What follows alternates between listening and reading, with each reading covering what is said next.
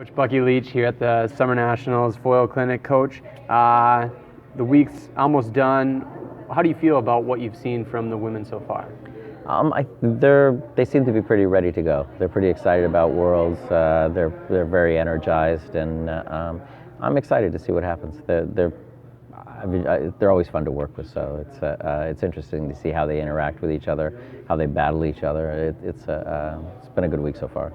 It's been about a month and a half since China, the last Grand Prix? Yes, yeah. So yeah. It's a pretty long, grueling season. You got Worlds just a few weeks out.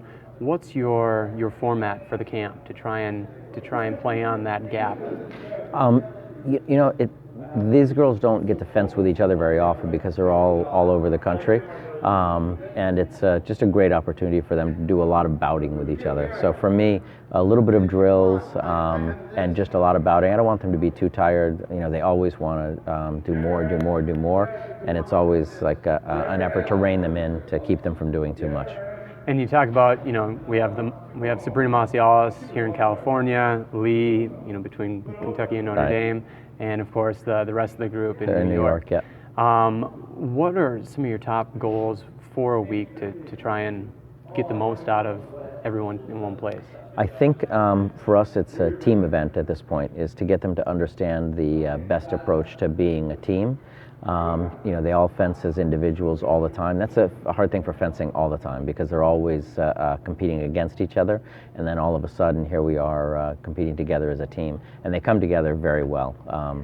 I think that you find very few sports that work that way, and the fact that they can be so competitive with each other and then draw themselves together for that is huge. And but it's time to have a plan for the team. If you're always fencing an individual match, you think, what's best for me at this moment? I need to finish this bout. I need to win this bout. But in a team, sometimes you need to say, it's time to back off a little bit. My teammates can do a good job. I don't feel this so well. Maybe I'll let the next person who comes up take over for me. So it works. So they understand that process. And how they don't have to do everything. Right. And how are you simulating that kind of feel or that environment? Are you doing group drills or team bouting? We did team matches. Okay. We did team matches that with specific goals. So one team is down a little bit, or some of the athletes on one team have to shut down an athlete on the other team and not allow them to score. So different games like that to challenge them a little bit. It's frustrating for them because they're all competitors, and all of a sudden they're told you can't try to hit. Now you need to just shut the other person down and kind of rein them in a little bit. That's not easy. So. And you talk about that competitive nature of everyone and trying to mesh between the individual goals and the team goals.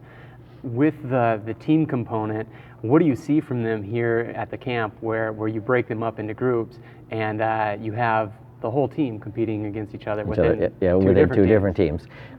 It's interesting to see how they interact.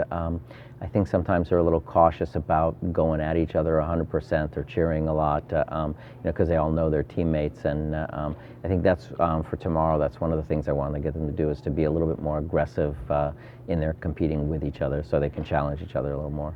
Now we got Worlds coming up, as you mentioned. What are your expectations for Worlds?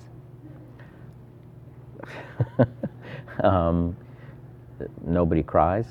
Okay.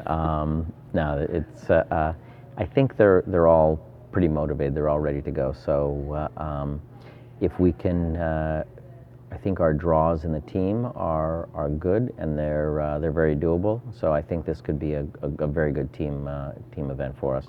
The individual athletes, they're all seated well. Most of them don't have to fence on the first day. They fence the 15-touch elimination bout. I think they're all very ready. They're certainly excited, I know that. Yeah, your squad has had a dominant year, a very strong year at least, compared to the most recent history. So it's got to give you a lot of excitement about. Oh, yeah, for Worlds.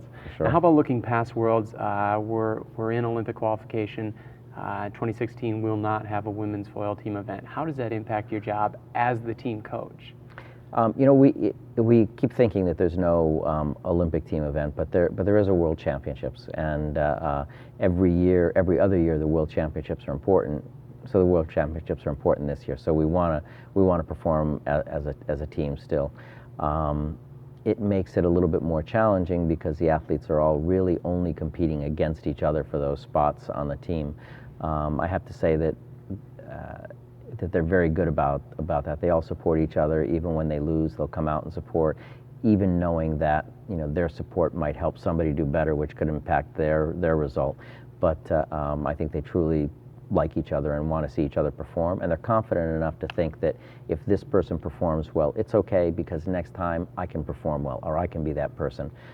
For me as a coach, my job is to help whoever's up there perform as well as they can. It can be challenging when you have one athlete on the team who's trying for that also, and I know it can be kind of difficult sometimes for an athlete to see their coach helping somebody else, but that's what we do, and I think that in any circumstance, all the coaches would help each other that way. Absolutely. Well, Coach, thank you for your time here, and good luck at Worlds. Okay, thank you. Thank you. Thanks.